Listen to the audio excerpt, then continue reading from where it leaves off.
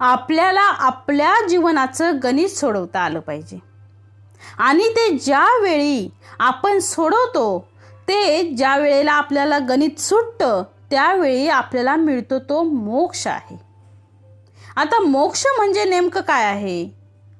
तर मोक्ष या शब्दाचा अर्थ फार सोपा आहे. मोकळा म्हणजे मोक्ष. आपण म्हणतो मी मोकळा झालो. 4 मुलींची लग्न झाले ना, मग बाप काय म्हणतो, आपण मोकळे झालो. बंधन आपणच निर्माण केलेलं असतं आणि मोकळं आपल्याला त्यातून आपल्याला सोडवायचं असतं, मोकळं व्हायचं असतं. म्हणून भगवद्गीतेमध्ये सांगितलेलं आहे की आपणच आपले शत्रू आहोत आणि आपणच आपले मित्र आहोत, असं भगवद्गीतेमध्ये 4000 वर्षांपूर्वी सांगितले. सांगायचं म्हणजे खरं तर